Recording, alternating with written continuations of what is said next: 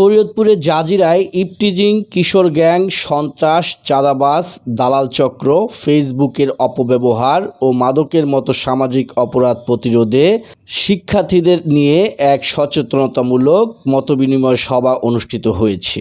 রবিবার দুপুরে Jazeera girls school and কলেজে এ সভার আয়োজন করেন জাজিরা থানার ভারপ্রাপ্ত কর্মকর্তা মোহাম্মদ মাইনুল ইসলাম। ওসি বলেন, ছাত্রছাত্রীরা দেশের ভবিষ্যৎ, তারা যদি অপরাধে জড়িয়ে পড়ে তাহলে পুরো সমাজই ঝুঁকির মুখে পড়ে। তিনি ইভটিজিং, কিশোর গ্যাং, মাদক ও সামাজিক যোগাযোগের মাধ্যমের অপব্যবহার নিয়ে উদ্বেগ প্রকাশ করেন। এ ধরনের অপরাধ রোধে পরিবার, শিক্ষক ও প্রশাসনকে একসাথে কাজ করার আহ্বান জানান।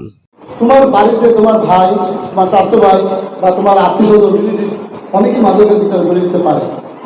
সেক্ষেত্রে তোমরা আমাদের সহায়তা নিতে পারো, মোটিভেশন বলো, আইনগত ব্যবস্থা বলো, যেটাই বলবে আমরা আমাদের আইনের মধ্যে থেকে আমরা চেষ্টা করবো তোমাদের এই সমস্যার সমাধান করবো। তোমাদের বাড়ির পাশে আশেপাশে যদি এরকম তোমার কাছে মনে হয় যে কেউ মাদক ব্যবসা করতেছে বা মাদকের সাথে জড়িত আছে, আমাদেরকে গোপনে তথ্য দাও। আমি কমিটেড করি যে আমি তোমাদের তথ্যটা গোপন রাখবো।